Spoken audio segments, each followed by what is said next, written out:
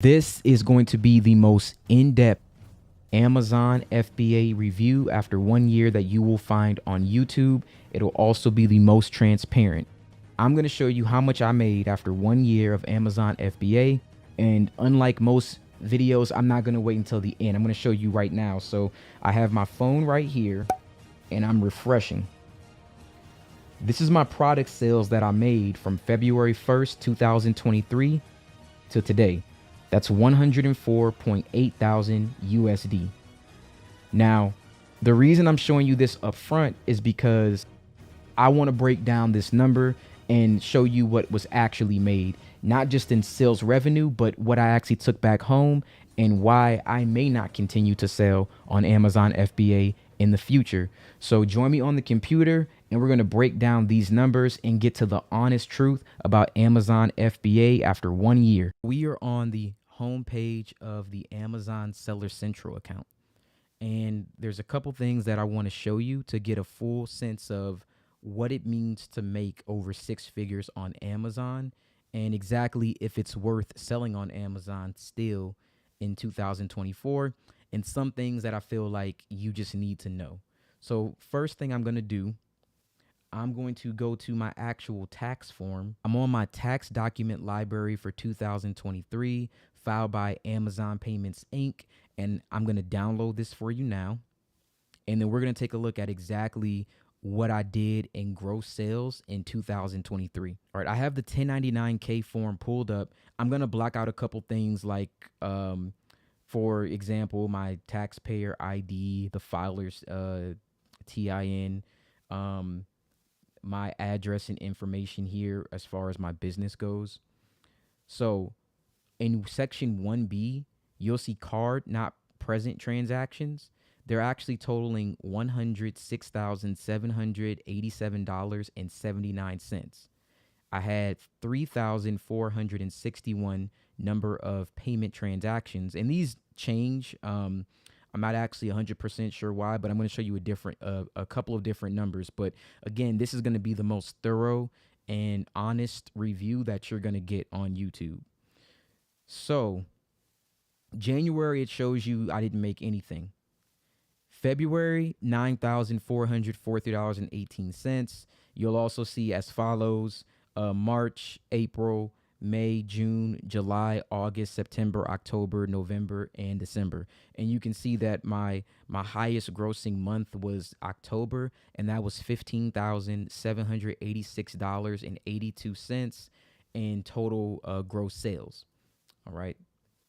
And this is just for my records personally, and it's just to show the accepted payments that were made on Amazon. All right, this actually isn't the money that I personally keep. It's just to show what was paid by a third party network. So if I scroll down, you're gonna see here the unadjusted gross sales and how they're calculated. So unadjusted gross sales means the total sales unadjusted for fees or refunds displayed in the table below. It is the amount the buyer paid for an order, even if the order is later refunded. Please note, if you have multiple accounts, the value below will reflect aggregated information. Now, I actually have 2 Seller Central accounts. One of them had less than $20,000, so it shouldn't get a Form 1099K. That one had around 15,000. This one had around 104,000. That's why on the thumbnail you'll see it shows like 119,000. When I added up, it was like right around that amount, so it worked out perfectly. But I'm not going to be looking at that account today. I'm just going to be looking at this one. So as you can see, the product sales were actually $99,050.11. What I received in shipping credits were $1,930.87. Promotional rebates, $956.75. Sales tax that were collected, $6,763.56. And unadjusted gross sales, $106,787.79. So that's how we got to the total of our unadjusted gross sales. Now, the reason why I'm showing you this is because I want you to see the number that most people will show you when they're talking about Amazon FBA and what they made. But we're going to break down exactly what this number entails, because as it's stated, it doesn't include refunds and it doesn't include fees. So I'm going to go back into my Seller Central account. There's another section that I want to show you where we're going to break down exactly what this number is, what is taken from this number, and what I end up with after 1 year of sales on Amazon. Okay, now we are back on the Seller Central home screen. I'm going to take you guys to my sales dashboard. Now that we're on the sales dashboard, I'm going to adjust the dates here. And let's go back to January of 2023. When I actually opened my seller account, it was on the 29th, but of course you got to ship inventory, and then once it gets there, didn't actually get there until February. So let's just go January 29th, 2023, and then let's apply. All right. So as we can see here, I have $104,835.74. That was an average of $27.93 per order item. And then these are my total orders. Again, I said this was going to change. I'm not sure how they calculate this and adjust it, but that's what it is. Now, one thing that they don't tell you on Amazon, Amazon takes about 29% of what you're seeing here. 29%. They have around a 50% commission fee, and then the rest of the fees are associated with storage and that shipping and that FBA convenience that you're getting. It usually costs you right around 29%. So I just want to get a calculator so we can break down exactly what's being paid here. Let's take this total amount. $104,835.74. And we're going to multiply this by 0.29. That's about 29%. So that ends up being $30,402.36. All right. So we're going to take this number and we're going to deduct that from the $104,835.74. This is what we're left with. We're left with $74,433.38. So check this out. Already 30% of what it says that we made in sales revenue is already gone. They won't tell you this about Amazon. The shipping fees, the storage fees, the commission fee for being able to utilize the Amazon platform does come with a hefty cost, right? So automatically, if I already took 30% off, I'm at $74,433.38. So there's a different way that we can calculate this. Let's do this instead. So they're saying I made $27.93 per item, right? Okay, well, let's do it this way. $27.93. Let's multiply that times 0.29. That leaves us with, okay, $8.09 off. So we're going to take $27.93 and we're going to deduct $8.09. So we're left with $19.84. So essentially, after the Amazon commission fee and the storage and shipping fees, I make $19.84 per 3,994 units sold. So let's multiply this by the 3,994. We're getting roughly the same number. So $79,240.96. Now, this is just one breakdown. All we're talking about right now is the fees that Amazon takes, right?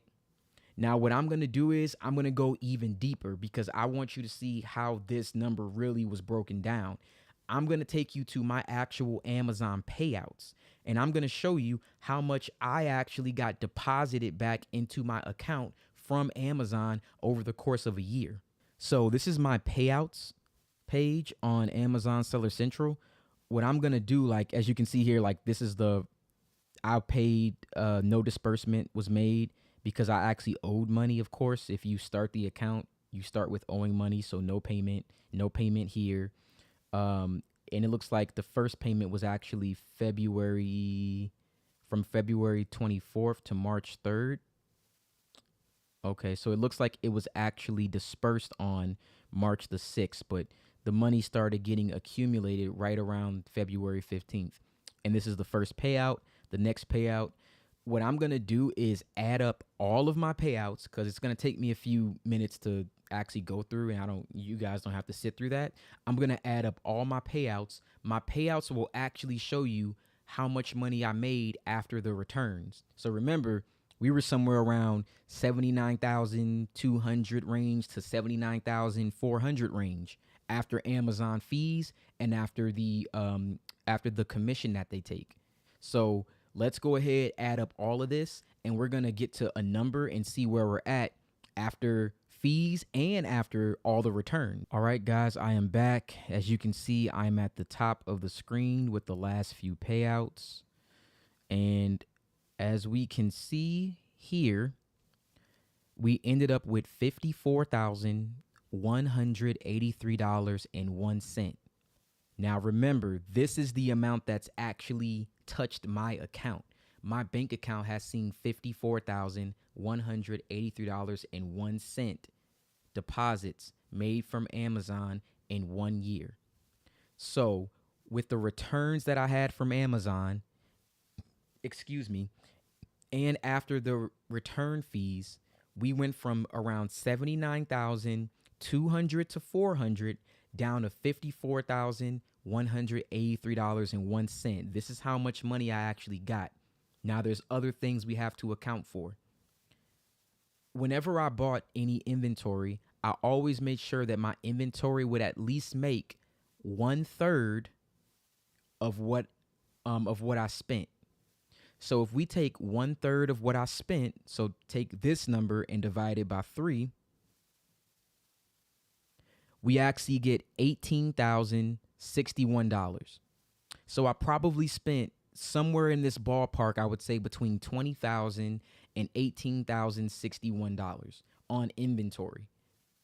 So if we take that amount that we had before, $54,183.01, and then we just let's just deduct the even 18,000. Okay. So what I actually took back in Amazon FBA from a 6-figure 104,000 gross sales, I actually took back $36,183.01. And again, I do have my other account, so it probably ends up being somewhere around $40,000 in total. But for just this account with the 104,000 total sales revenue, I actually only made $36,183.01. So if we were to take this and divide this by 12, that means I actually only made around $3,015 per month. And if we were to take this and then we were to, let's say, divide this by 160 for working hours, right? So in actuality, it's $18.84 per hour if I was working a job. So when we look at this number, we started with a big 6-figure, over $100,000 number in sales revenue. But what we actually have is a little bit above minimum wage. $18.84 is really what I made. And this is the thing that they won't tell you on Amazon. And this is the thing that they won't talk about on YouTube. There are a lot of cons, but there are some pros. And I apologize for this video kind of being all over the place. Honestly, I had a whole script written for a video, and I felt like the video was just too much fluff. And I just was like, I'm going to be as honest as possible, and I'm going to show something that most people would not show. So here are the pros that I have found with Amazon FBA. And the type of selling that I did was retail arbitrage, just so you're aware. So here are the pros. It's low barrier to entry. It's relatively simple for someone to buy clearance items. And retail arbitrage, arbitrage is just a fancy word for saying you buy something at a lower price and you sell it at a higher price. That's pretty much it. So it's relatively simple for someone to buy clearance items and resell them on Amazon at the original market value. It's easy and fast as long as you have an Amazon seller account and you take the shipping fees into consideration. There's no marketing involved. You don't have to spend money out of your pocket to market this product. So in retail arbitrage, the reseller is leveraging the brand power. These are brands that people already want and they're going to get them. You're just able to resell them at the same price and you bought them at the lower price. So it's not like you have to actually build this brand up. Products that already have a strong brand presence and are in demand are thus easier to sell, and it is quick profit, guys. I'm not gonna lie. Resellers that pick the right products are able to move inventory fairly quickly. I would buy inventory by the month. Like I would know this inventory could last me around 30 days, and that inventory would normally sell within that time frame. So this leads to quick profits over a short period of time.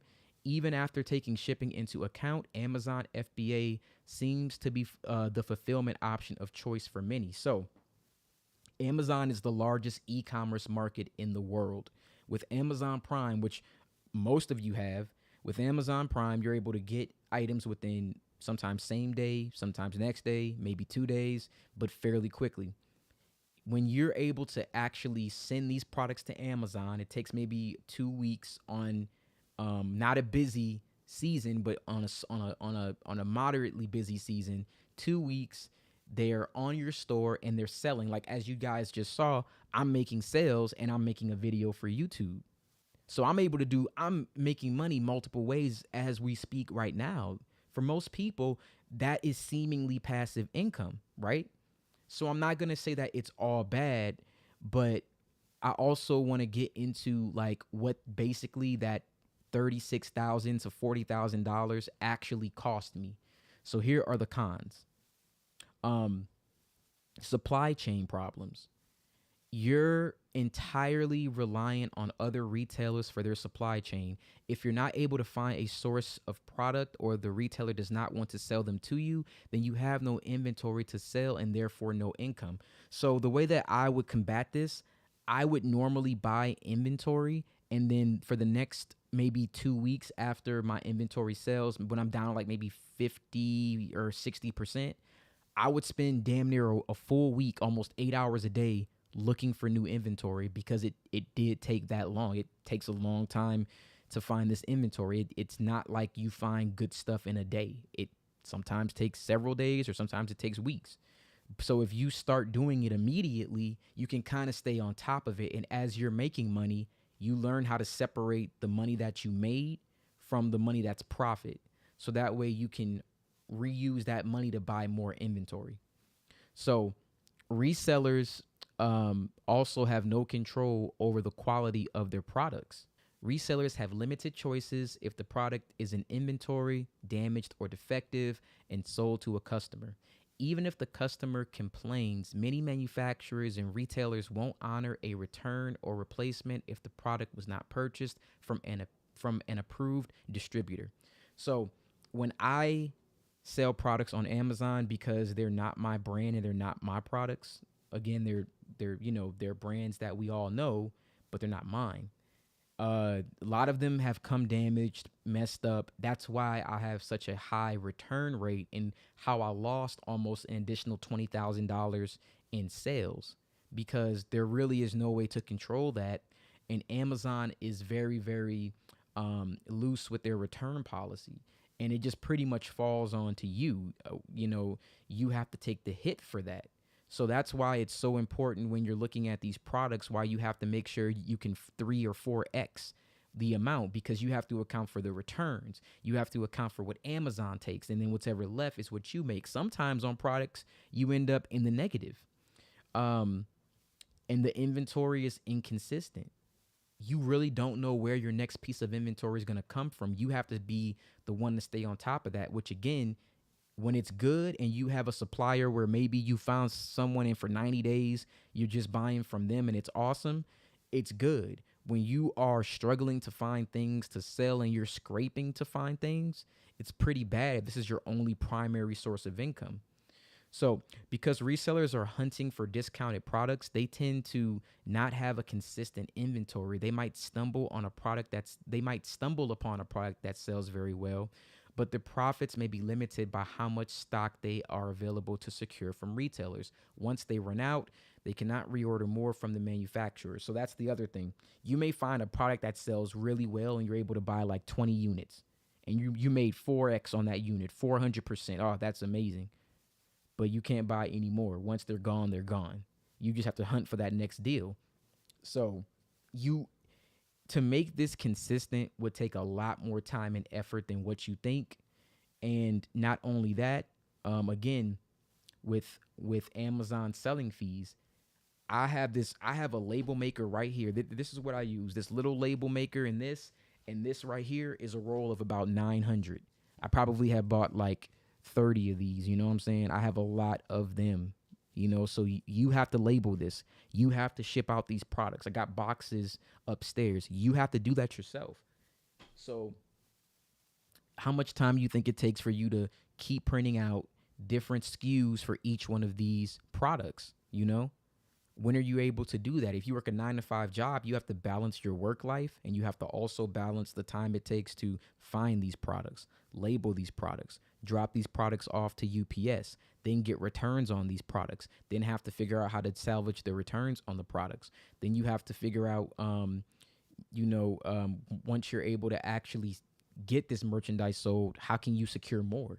So a lot of your time is a lot more time than you think is spent on finding these products, selling these products, and hopefully you don't have returns on them, because if you get enough complaints on your products, Amazon will remove you from the listing and send the inventory back. Now you're stuck with dead inventory. You can't sell it on Amazon. You could try to maybe sell it on eBay to recoup cost. However you have to do it, but if you get enough complaints, that's it. They're going to take you off of that listing and you're just stuck with inventory. They send it back and then they charge you for shipping that stuff back. I'll give you an example. I sent about 1,000 units to Amazon of a certain product.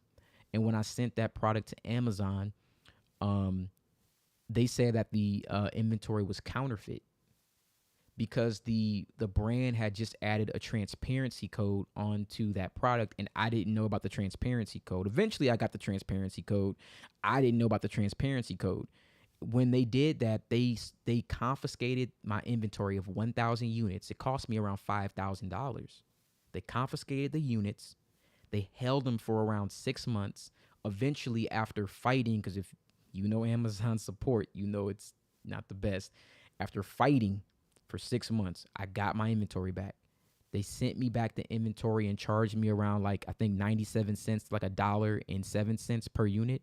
I ended up paying them around $900 to ship me back my inventory. And then I had to ship the inventory back to them again. And then I had to try to sell it again to recoup the cost. So what I'm telling you is, it's not as it seems, and brands can kick you off when they feel like it. Brands can tell you can no longer sell. So if you spent $10,000 on inventory and this brand says the day you sent it that you can't sell, you just lost $10,000 and that's it.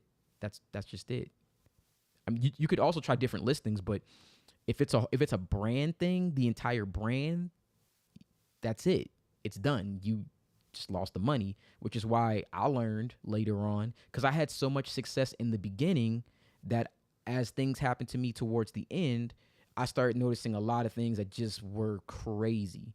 So it's good to have the failures in the beginning than it is to be successful, because then once you have all of these problems, you kind of start to understand exactly how to mitigate your risk. Sorry, I feel like I went on a tangent, but let's see. So no control over profit margins. That's a big one. So arbitrage resellers have no control over their profit margins. Their costs are defined by how much a retailer discounts an item. and their revenue is determined by Amazon's selling price. Let me give you an example again. If I bought a particular item that was going for, let's say, $39.99 on Amazon, but I bought it for $5. Amazing. That's a great product, right? Let's say that Amazon or another third-party seller decides to drop the price down to $20. Amazon, they have this thing called a buy box. They're going to give the sale to the person that has the lower price and that has Amazon Prime. That's usually the criteria. So if that person has a lower price and they're on Prime, you're not going to get any sales on that listing. So what do you have to do? Of course, match their price. Some people like to do automatic price enrolling, which is sometimes it could be the worst thing ever.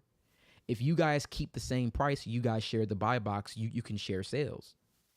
If they decide to drop their price, they're going to get the buy box, you drop your price. Now you're in a price dropping war. Now that product that was $40 has now gone down to about $15 after Amazon fees and everything else, and you spent $5 on that product. The product you thought you're going to make $15 to $20 on per unit sold, you're now making $3 sold. Happens a lot. You cannot control the margins. And no matter what, Amazon gets their 15%, their commission, their shipping cost and storage fee, which is around 29% overall. So regardless to what you price it at, regardless to what the competitor prices it at, they're taking their 29%. All right. And then retail arbitrage, like I've been mentioning this whole time, it's time consuming. It takes time to buy up enough inventory to make revenue. You gotta go to multiple stores online to find product. You gotta apply the appropriate labels to the product. If you mislabel something, guess what? It's coming back. If it comes back, that's a fee. You have to pay that fee. You have to you have to go to UPS, drop off these items. You can also have UPS pick it up, but you pay for that. So for me, if I have like boxes where I got a bunch of inventory, like if it's like 1,000 units, yeah, I'm going to have someone come pick it up. It's like $25, not a big deal. If it's smaller units, because again, there are those times where it's dry out there and you have to buy like little things here and there, you're sending out smaller boxes, which means buying more SKUs, which means you got to separate them. They all can't be shipped in one box. So it's like you may have 40 boxes and only 10 units in every single box. That's still 400 units, but you have to separate 10 items into 40 different boxes. Now you have 40 different listings you have to manage.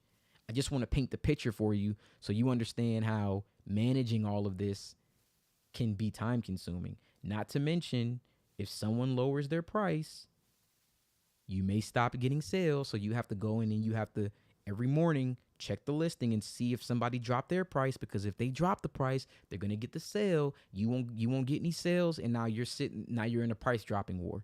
So another thing is, you don't want inventory that's too easily available, because if the inventory is too easily available and everybody can get it, well, if there's 30 people on this one listing and y'all all at the same price, Amazon splits the sales between everybody. If there's only 100 sales a month on that listing, you're going to get one sale. So lots of things to consider. And again, this is why after 1 year, this is what they don't tell you. So I think the ultimate question is, even for me, do I plan to continue to sell on Amazon? And the answer to that question is yes and no. And the thing is, do I see Amazon as a viable stream of income, at least retail arbitrage? No. My brother also does this too. He does private label, because I'm sure some people with some experience are thinking, well, that's why you private label. Private labeling comes with its own problems too. Trust me, it's still 30%. And not only that, if you're selling a product that other people can easily manufacture, now your manufacturer might raise their prices because they're getting more sales on their good. And then if someone else comes along and is able to sell it at a lower price, they can price you out. And the worst part about that is, now you got to start a whole entirely new brand. That's even worse than retail arbitrage because you probably spent so much time on this brand and this listing to grow it, to get it to like the Amazon front page, to have to start over. That's more costly than the retail arbitrage. So it's not just so much as you need to make your own brand. It's you have to consider exactly, is it worth your time? I think if you are doing this passively, like you just randomly, just every once in a while, you have your favorite websites where you look if they have a discount for something, and it's like, oh, they have 100 of these. Psh, I could sell this for easily that. Buy 100 and sell it. I think it's a good side hustle. I think it's a good extra source of income on top of what you're doing. I just don't think it's a viable source of income to depend on because there's too many variables and too many things change. Why do you think so many people on YouTube who used to sell on Amazon, instead of selling on Amazon anymore, they talk about it?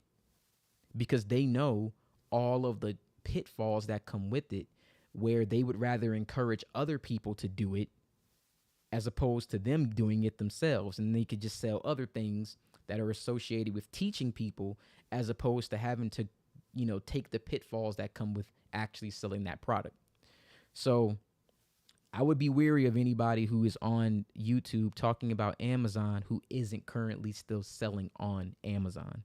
Now, if it's someone who's selling on Amazon, I feel like it's a little bit better information because those people are in the trenches with you. They're selling with you. They understand how it works. They know the field because they're in the field. When you're no longer in the field, to me, your sword isn't as sharp. It's a little dull. Like you can't really speak on something that you're not actively participating in. Not that you can't, because you have experience, but as it changes, your experience starts to dwindle because you can't speak on it as well as someone who's still doing it, if that makes sense. No one's experience should be diminished. All experience is good experience, but relevant experience is more helpful, is what I'm trying to say. So yeah, I don't know if I would continue doing this for sure, but I do know that if you find a good product every now and again and you can make a couple extra thousand, because there were some bad products that I had to just buy because I needed to have some source of income. So I had to buy something. And there were some products I bought where I knew, oh, these are going to kill. So those ones, these are going to kill, you should get those. I probably would have made around the same amount of money just buying the ones I know would work rather than buying the ones that didn't and just cost me money. And the last thing I'm going to leave you with as an alternative,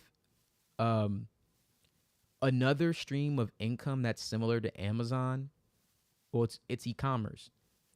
You're probably better off selling digital products like courses, ebooks, templates, spreadsheets, things like that.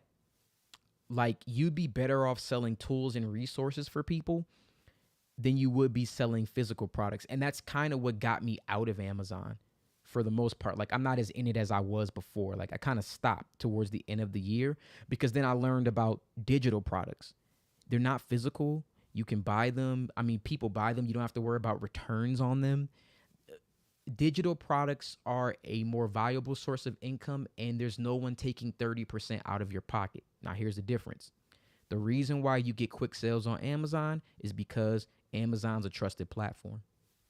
You have to build your own brand, and that's going to either cost you money or time. But I'm going to say that overall, if you spend enough time working on your own brand and you're trying to make your own money, you're going to see better long-term results. You'll probably be able to make 100,000, 200,000, and I don't mean sales revenue. I mean what you take home.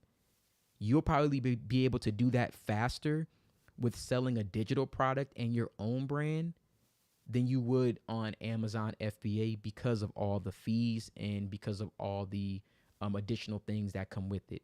And that's just why you saw like my sales went from 15K, 12K, 9K, and then all of a sudden started dropping. I like to learn at like a hyper rate. So as soon as I'm doing something and I see the pitfalls, I think about what's the improvement to this.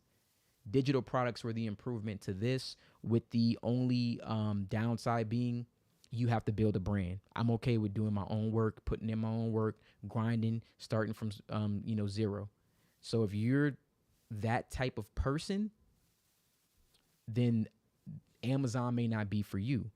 But if maybe you want to make some extra money, while you're in school, while you're working, here and there, and maybe even add a couple $1,000s to your pocket per month, maybe even an extra $30,000 a year, then yeah, I don't think this is a bad thing. I think it could be a good thing.